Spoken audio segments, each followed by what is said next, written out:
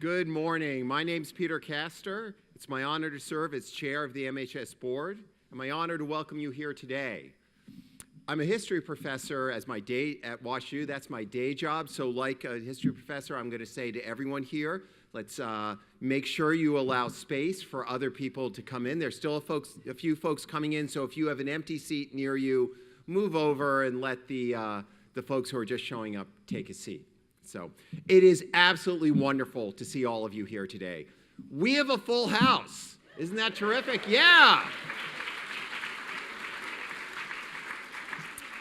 All right, I've been partnering with MHS for more than 10 years, and I've lived in St. Louis for 27 years. Yeah, I know. Now, I know to native St. Louisans, that's nothing. But still, it feels like a long time to me. But what I want to emphasize is I've never been prouder to work with MHS. I've never been prouder of the work MHS is doing to build deeper connections to St. Louis. The team at MHS is really thinking differently about what a historical society can be, how it can be a true leader in its community, how it can be just as much about the future as it is about the past. So I've been here 27 years, but that's nothing compared to MHS, which is now 159 years old, but MHS continues to find new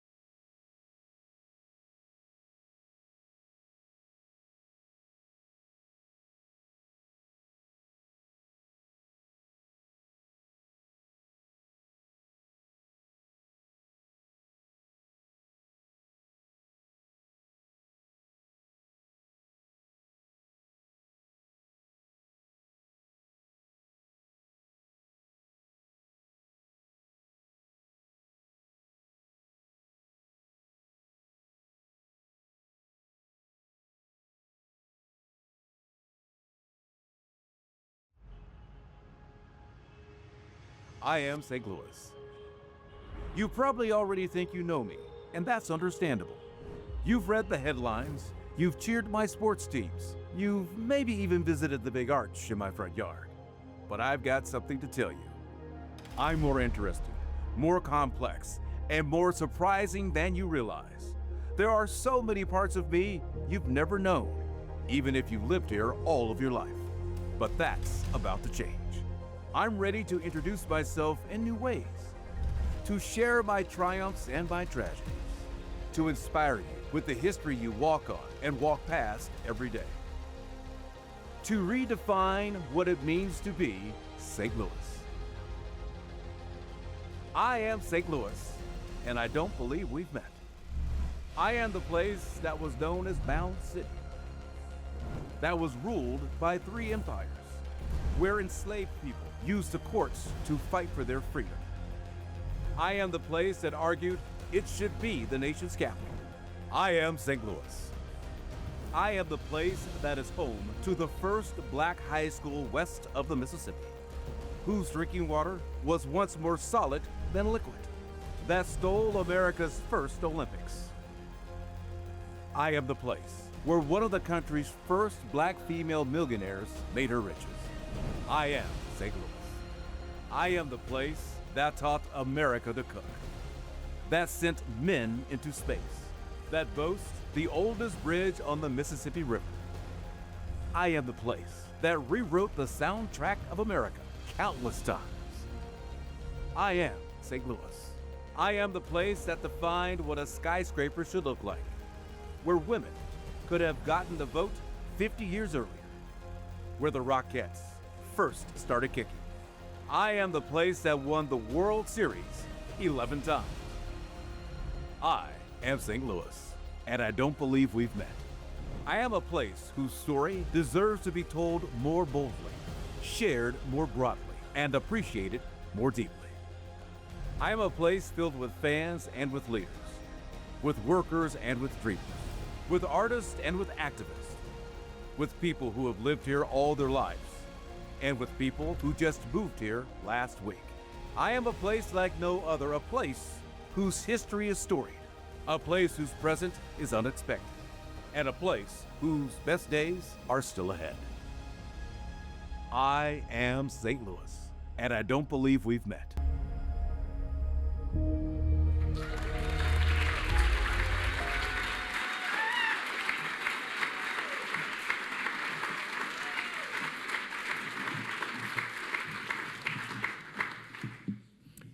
It is time to tell a new story of St. Louis. A story that captures everything that makes St. Louis so special. A story that is rooted in the past, but that will help fuel the future.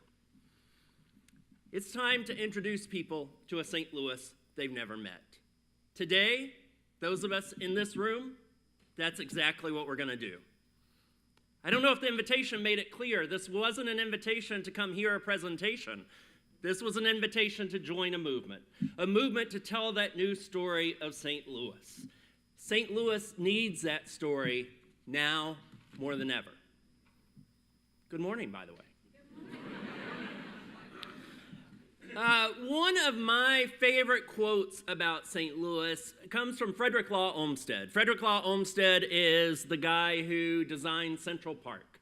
And in 1863, he visited St. Louis, and this is what he had to say about St. Louisans. What they never thought of concealing or suppressing or restraining from its utmost outpouring was their satisfaction in being St. Louisans. The devout dwellers in Mecca do not worship the holy city more than every child of St. Louis, his city. And the most notable thing I learned of St. Louis was the pleasure of the people to talk about it, what it had been, what it would be. You can imagine why I like this quote so much. It describes me, it describes everyone who works at the Missouri Historical Society, it describes all of you. But I will tell you what breaks my heart. And that is, every time I share this quote in a presentation, someone will come up to me afterwards and say, but what happened? Why don't we have that spirit anymore? Well, it's time to get that swagger back. I can give you plenty of research about why that is so important to the future of St. Louis. I am going to give you at least some of that research. But I don't imagine I need to. I imagine you know what a game changer it would be if St. Louis were filled with people like those in 1863, filled with people who are talking about what makes this place so great. You can imagine how that kind of attitude would improve both the strength of the community and the well-being of all St. Louisans. It all starts by telling a new story of St. Louis. Today, do you need to get that? Is someone excited about telling a new story? Today, those in this room and people across the region are going to begin telling that story. And over the next few years, we're going to watch that story spread. And as it does, we're going to see the true power of civic pride and place attachment. So how do we get there? We get there by giving St. Louis a proper introduction. Today, we are launching a region-wide civic pride and civic identity campaign to do just that. And today, we are asking you to join us. Today, we're going to give you a series of tools that you can use to tell that new and different story of St. Louis. As Peter mentioned, one of those tools, I'm way behind. One of those tools is the video we just shared with you. We had this video done probably a couple of years ago, and it included a lot about what we were doing here at the Missouri Historical Society. But so many people came up to us after it would play saying, can we use that on our website? Can we share that? So we decided to recut it without all of the projects of MHS, but really just focus on the St. Louis story so that you can use it however you want. As Peter mentioned, you can show it in your staff meetings, you can bring it to conferences, you can share it at social media. When you're trying to recruit people to St. Louis, you can use this. However you want to use it, it is now yours. In the toolkit that you'll get when you leave today will be a series of links that will share with you how you can download this and, again, use it however you want. Another tool we are offering is an I Am St. Louis presentation. This 30 to 45-minute rapid-fire walk through St. Louis history has reached audiences in ways I have never seen in my 19 years of speaking for the Missouri Historical Society. The concept of the presentation is pretty simple. People don't know much about St. Louis, the inspirational people who have walked these streets, and the meaningful moments and accomplishments that have happened here. But if St. Louis could introduce itself, it would tell you it's so much more fascinating, so much more rich, diverse, and complex than people know. So the presentation has dozens of stories. I want to tell you just a few to give you a sense. So we oftentimes start with this slide, and we tell people that people outside of St. Louis usually only know about 3 things about this place. They know we have an arch in the front yard. They know we have a baseball team named the Cardinals. And they oftentimes know about some headlines that we wish they didn't know about. But that's when we tell them that St. Louis is so much more.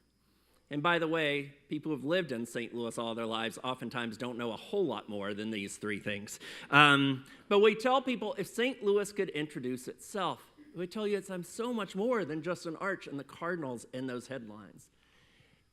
If St. Louis could introduce itself, it would say, I am the place that argued it should be the United States capital. Logan Uriah Rivas has the best beard in St. Louis history. And he was also one of its biggest promoters.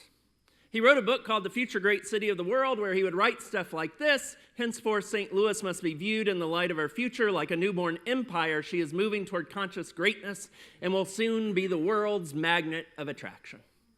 And in the 1860s and 1870s, he led a real movement to move the capital of the United States from D.C.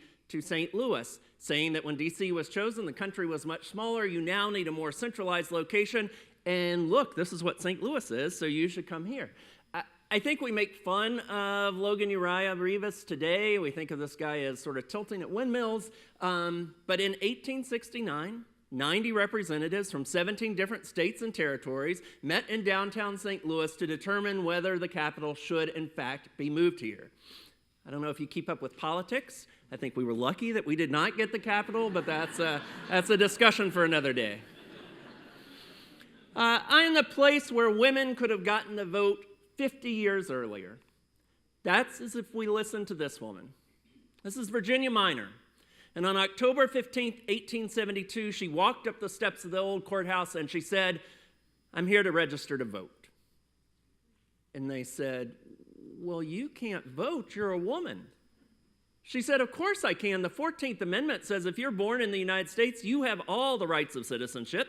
I was born in the United States. Surely voting is a right of citizenship. That case would go all the way from St. Louis to the Supreme Court.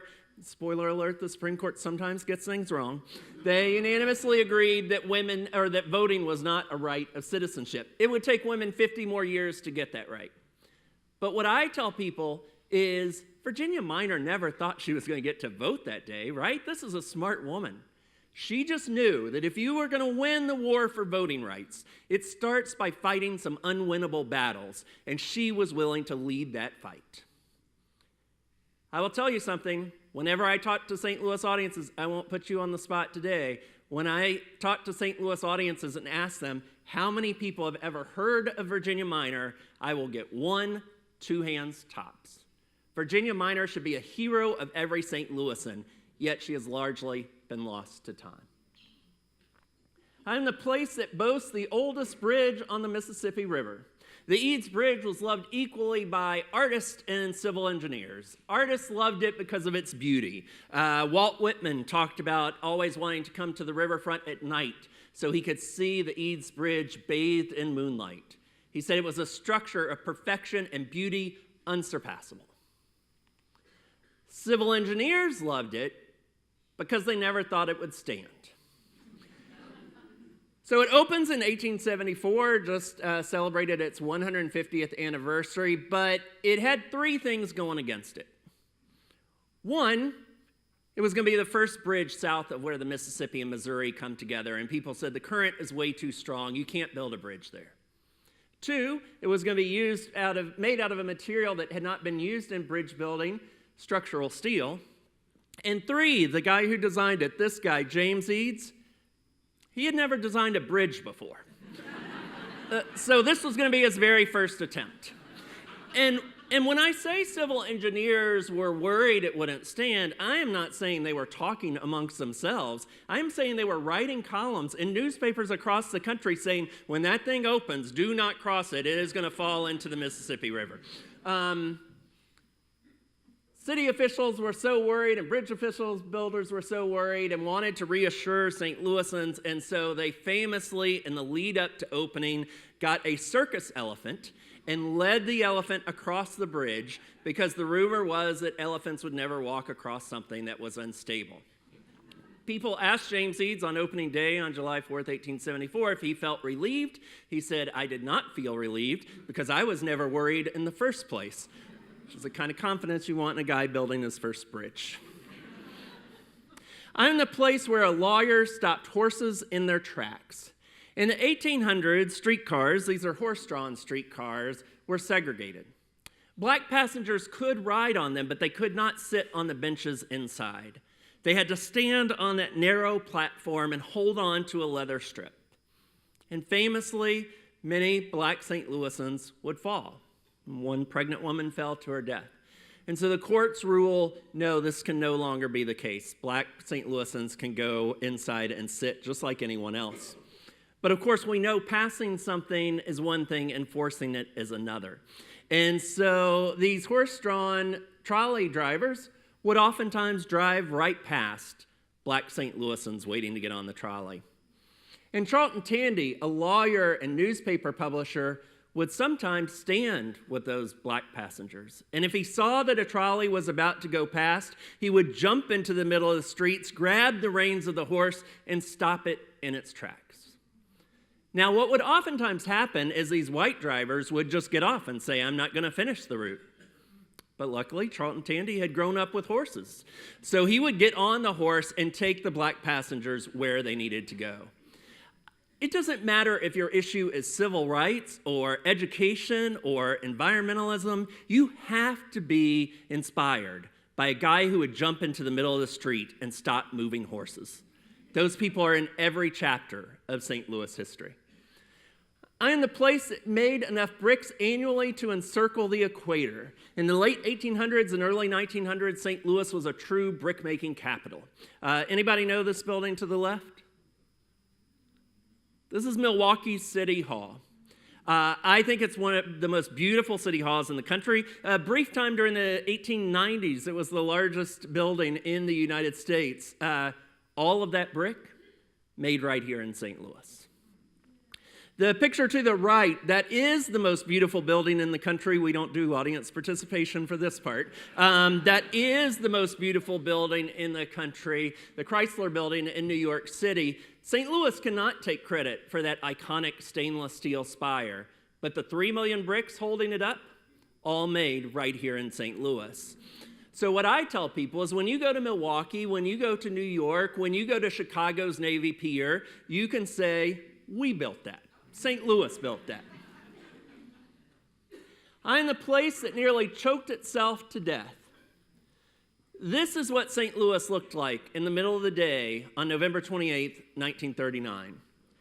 That is the top of the Civil Courts building. That is the sun, not the moon. Those are, of course, cars and streetcars with their headlights on in the middle of the day. This was the worst day. This would go down in history to be called Black Tuesday. This was a pretty common sight in St. Louis at this time because St. Louis was burning soft coal, which was easy to get and very cheap, but was basically like burning asphalt and putting all the smoke into the air. But what I like to tell St. Louisans is this is a time where St. Louis got serious.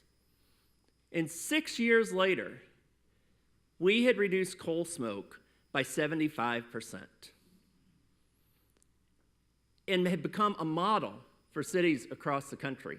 Pittsburgh was famously labeled hell with the lid ripped off because of how much smoke billowed from its factories. When it was trying to clean its skies, it used the St. Louis smoke ordinance as a model to do that. And what I tell audiences today is I know you're facing big issues and big challenges in this region, and sometimes we think they're insurmountable. Those people literally blacked out the sun and figured out how to fix it. Those lessons are in every chapter of St. Louis history. I'm the place that sent men into space.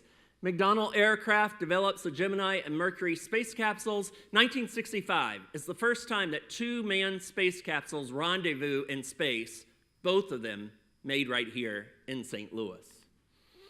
I'm the place that rewrote the soundtrack of America countless times. Just a list of people who were born here or got their start here. Scott Joplin, Josephine Baker, Fontella Bass, Miles Davis, Tina Turner, Chuck Berry, Uncle Tupelo, Nellie, some people who you probably don't know but should. Willie Mae Ford Smith was one of the greatest gospel singers in the country. Henry Townsend is one of the most prolific blues artists in blues history, releasing 9 albums in 9 consecutive decades. I know you think, when you think about great music cities, you think about Nashville and New Orleans and maybe Chicago. St. Louis should be on that list. And the story is still being written today. I'm the place with America's best urban park. This very park is routinely voted best in the country. I am the place where museums are free. You probably have more free museums per capita than any city outside of D.C., and we don't talk about it enough, but that's another discussion for another day. I'm the place that toasts its ravioli, likes its cake gooey, and serves custard upside down. People are hungry for these stories. I told you that whenever we give this presentation, it's gone over like nothing I've ever seen. I've seen people in literal tears. People who said, this gave me goosebumps. So many people who have said, I have never been prouder of St. Louis. People want to hear these stories about a past that can inspire a better future. And what so many of them say is, this should be the region's campaign. This should be St. Louis's campaign. Well, today, we're going to make that happen. It also works equally well for people outside of St. Louis.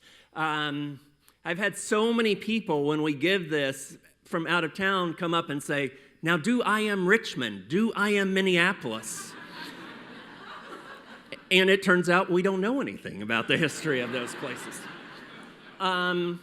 Last year in the fall, a group of Baltimore business leaders came. They probably met with some of you, and they spent a whole week learning about St. Louis, but they spent their first day at the History Museum hearing the I Am St. Louis presentation. They then invited us in the spring to come to Baltimore and talk more about how to build this kind of civic pride and civic identity. And we did throw in a few I Am Baltimore slides just because we knew they'd go over really well. My favorite example, we gave this presentation at Wash U for Parents Weekend. And a couple of weeks later, my wife got a call from her college roommate. And her college roommate said, I'm in a hotel lobby in Rhode Island, and I'm hearing these people talk about how great St. Louis is. And they heard this amazing presentation, and it has such a fascinating history. And so, of course, her roommate had to go up to him and say, from the Missouri Historical Society? And they said yes, and they talked about it. And I tell people, in many ways, that's just a funny little story to throw into a presentation, but actually, it's everything we need. We need people coming here, learning about how great St. Louis is, and then going out and spreading the word about this place. That's everything that this whole campaign is designed to do. So, call us up. You'll have in your toolkit ways to get this. Someone else from the staff, can come and give this presentation for your executive leadership team, to your full staff, to recruits who you're trying to get to St. Louis. Whatever you want, we can come and give that to you. Other tools that we have this I Am St. Louis pop-up exhibit that you see on the stage, and I think you also saw when you walked in. This tells all of those stories and is scalable, so it could be bigger, it can be smaller. Put this at your corporate headquarters. When you're having a conference, have this at the conference. When you're trying to bring someone in to maybe get a job in St. Louis, or if you're trying to land a contract, have this in the lobby as people come in. However you want to use it, it is now available to you. You're going to see I Am St. Louis all over. Just starting next month, we are going to have a new I Am St. Louis series on PBS that you will see this weekly series. Thank you very much to our friends at 9 PBS. Starting in soon, you will see a social media series on MHS channels about I Am St. Louis. In August 26th, just next year, just in a few months, I'm incredibly excited. We are going to release an I Am St. Louis book. This book will be the definitive introduction to St. Louis. This is going to be the book that you're going to want to have on your coffee table, that you're going to want to have in your office. This is the book you're going to want to send to people who have just moved to St. Louis or people who you are trying to get to move to St. Louis.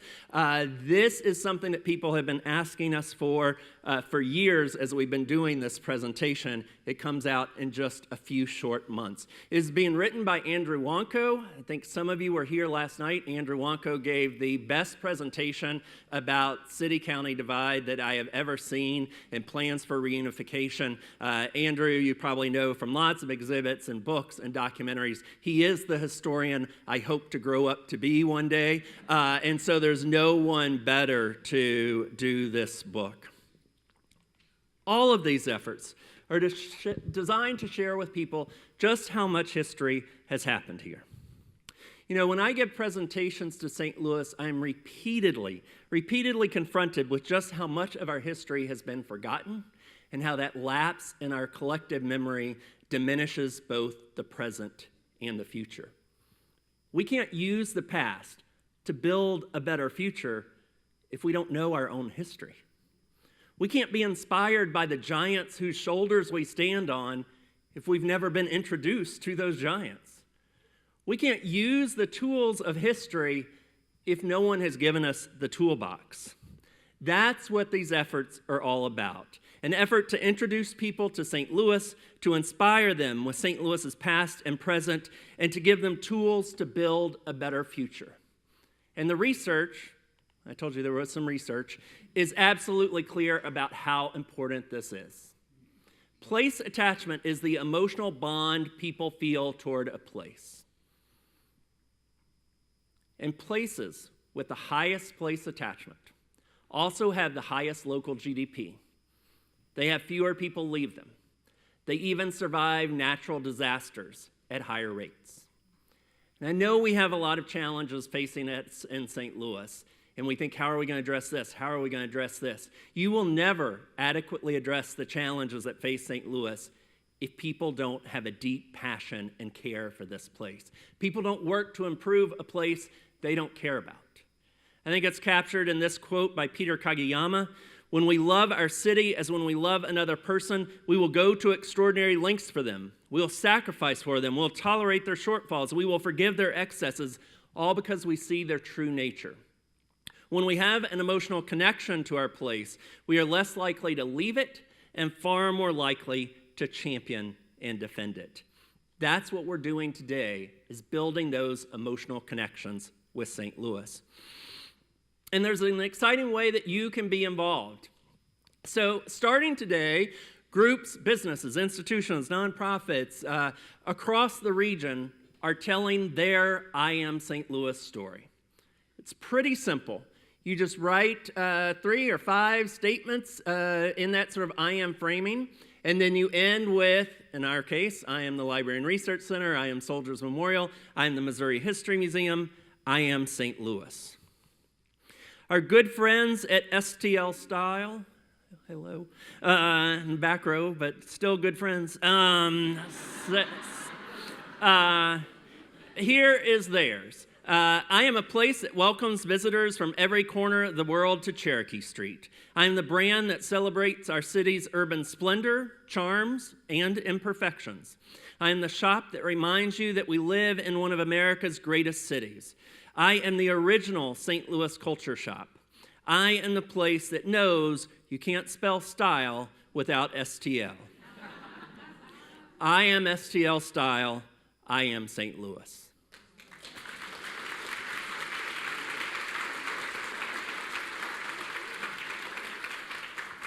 I am incredibly excited to tell you that more than 40 organizations will be posting just this week their own I Am St. Louis stories. And it's going to grow from there. I hope some of you will join in.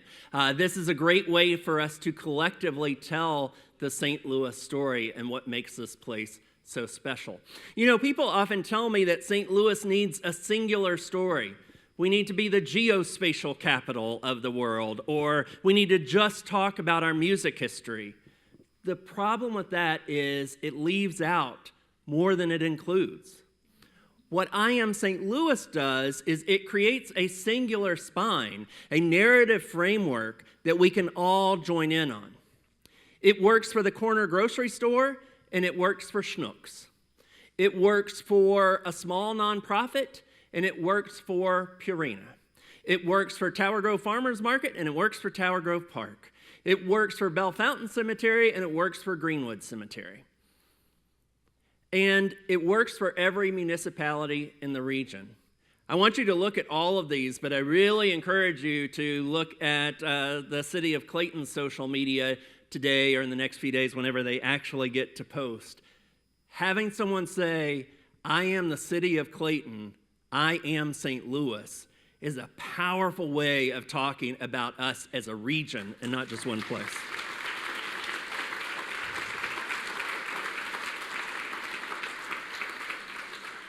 So you will also get details in your toolkit about how to take part in this. I just want to tell you about a few other things that we have available that are in the spirit of I Am St. Louis. A couple of years ago, we started a program called New to St. Louis. I don't know if you know it, but if you were not born here and did not go to high school here and do not have generations of family here, it can sometimes be hard to break into St. Louis, or so I have been told.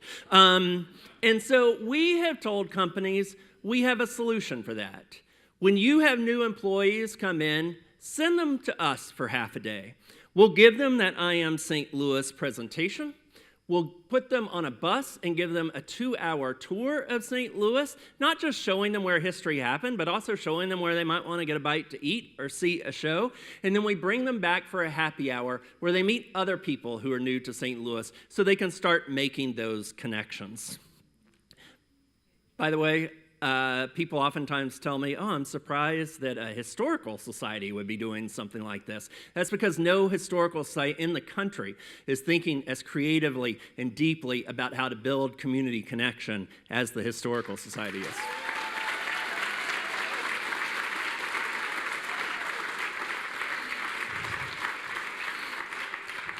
We also have dozens of tours of neighborhoods, of topics. We can customize these for you. You can get these as a private experience, or you can go on one of the public tours. This is an amazing program. We call them CSTL. Probably anything that you want to know about St. Louis, we've got a tour that captures it.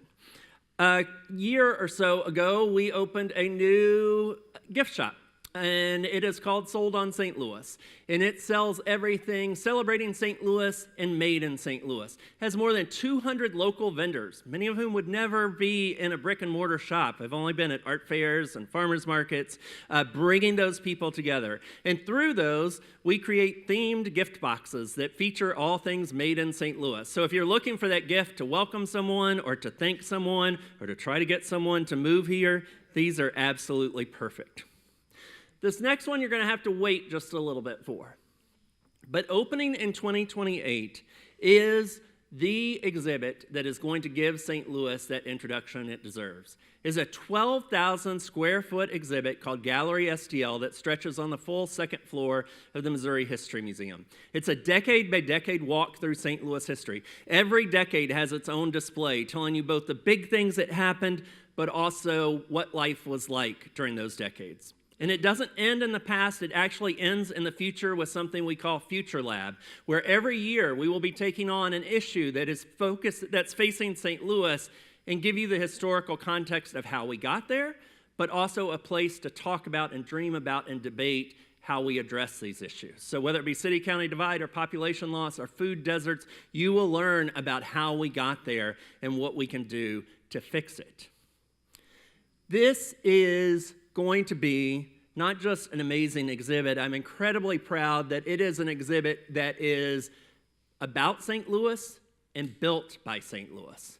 I want to thank all those people who have already donated to the We Are St. Louis campaign, which is funding this, and the people who've said that they will loan artifacts for this exhibit. This is the place that we are going to bring visitors to share with them what makes St. Louis so special. This is the place that we are going to bring students to show them the history that happened on the same streets that they walk on every day. Just a couple of months ago, I was doing a presentation with high school students, and I said, "When do you learn about St. Louis history?" And they just stared at me blankly. And I said, "Jody, we don't learn about St. Louis history," which is a shame because that is not only one of the best ways to get people connected to their community, it's one of the best ways to get them interested in history. This is the place where we will come back to time and time again to rebuild our sense of civic pride. I started with one of my favorite quotes. I'll end with probably my favorite picture of St. Louis. This is St. Louis from space. I love how you can see the cut of the Mississippi River. I love how you can see the whole region. If you squint real hard, you can see my house in Tower Grove South. And I know these lights are street lights and lights of businesses and whatnot, but I think of each of those lights as a story to be told about St. Louis and a reminder that we've forgotten so many of those stories. But added together, those stories create a powerful story about what we have been and who we will be. A story that says we have a proud past and an even brighter future. A story that people are eager to hear, that together we can share, and that we can all be part of. I am a place of singular importance in American history. I am a place that proves you don't have to be perfect to be proud. I am a place that starting today is joining together to tell a new and more powerful story of this region. I am St. Louis. Thank you very much.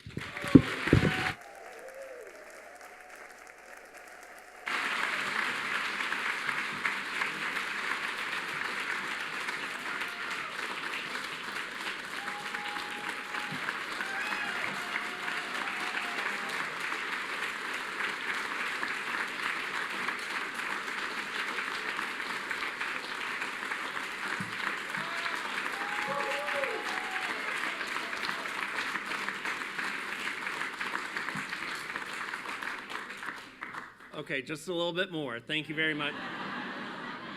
I mean, not from me. That's you get a break from me. Thank you very much. You know, to have a room filled with this much St. Louis love actually does my heart good. Someone said, "Oh, I thought this was going to be sort of a small, intimate gathering." But I feel like it is, because this is a group of people from all different industries who absolutely love this place and who are part of the St. Louis family. Now, I've mentioned several times that we have toolkits that are available for you, so I do need to give you some directions on how to do that, on how to leave the day, on how to join this I Am St. Louis movement. And thankfully, you don't have to listen to me tell you those instructions, because I am going to invite to the stage Sandy Moore. Sandy is our immediate past president of the board. She is also the co-chair of the We Are St. Louis campaign. She is a great friend of MHS and a powerful supporter of St. Louis. So please welcome to the stage Sandy Moore. Thanks, Jody. Wow. Nothing else you can say. I didn't know that was such a special word for me, except every time I'm talking to Jody lately, I'm just going, wow. Wowzers, Jody, wow. I'm sure my grands think it's pretty corny, but this is all amazing stuff. So thanks for the introduction, Jody. It is my great pleasure to serve with my fellow board members and commissioners, and on behalf of all of you here in the room. He said it, and it's true. This is unheard of in a historical society.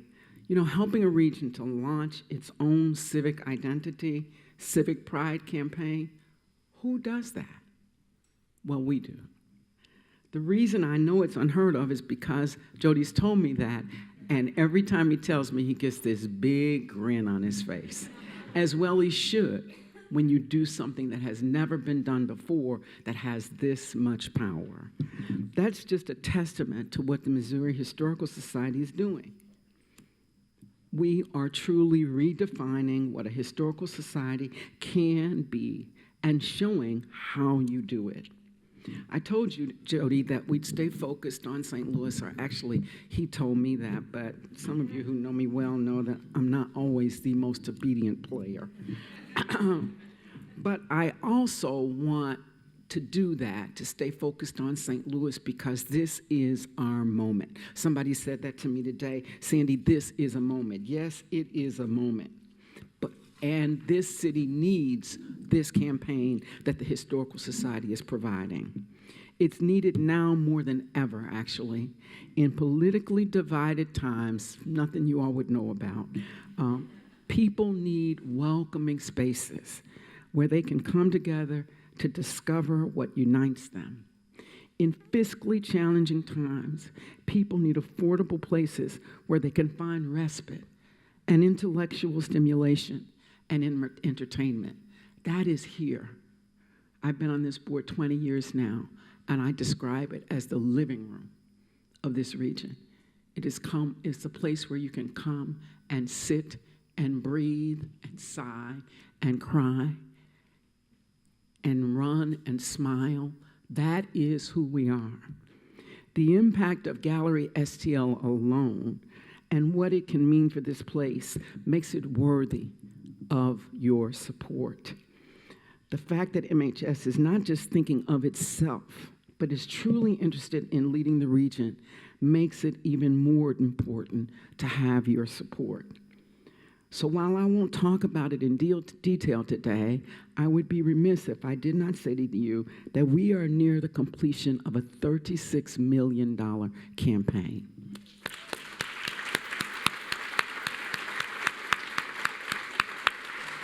A campaign that we've launched and run through some of the most difficult campaign times around. I know every campaign leader says that, but I can tell you it was true. You just throw COVID in the middle of your campaign and see if I'm not right about it. A number of you have already supported us, and in the coming weeks, I and other members will be reaching out to even more of you, and I hope you will consider joining all the people who have already brought support and bring with you many more who will add to support. So, okay, if I don't keep focused, Jody will get the hook. Focused on St. Louis. But I have to tell you what you already know. No money, no mission. So let's go. This is an exciting moment for St. Louis, and we will continue this incitement. I know some folks have been talking lately about a wow moment. Remember, I told you I've gotten in love with this word. Well, this is our wow moment, and we need you to walk out of here and take that wow with you. I was supposed to bring my red bag. I forgot it, but it's okay. As you leave today, please pick up, thank you, Jody. Please pick up your toolkit at the desk. It's a red bag. It's got all your stuff in it. We need you to work. It's got a couple of gifts for you, of course, always. It's got 3 postcards, one for you, one for your HR team, and one for your marketing team. There's a QR code on each postcard that grants you access to a Dropbox where you will find all the tools that Jody displayed today at your fingertips. There's also a resource table upstairs where you can ask questions about any of the tools that Jody mentioned. You see everyone in the beautiful blue shirts. They can tell you more than you care to know about how to use those tools. Folks, help us. Let's get to work. It is about Missouri Historical Society, but it's bigger than that. It is about I am St. Louis. Thank you all very much for being here today. I hope you've been sparked this morning. I hope you are as energized and enthusiastic as we are to run toward I am St. Louis, and it's time we all met. Thank you.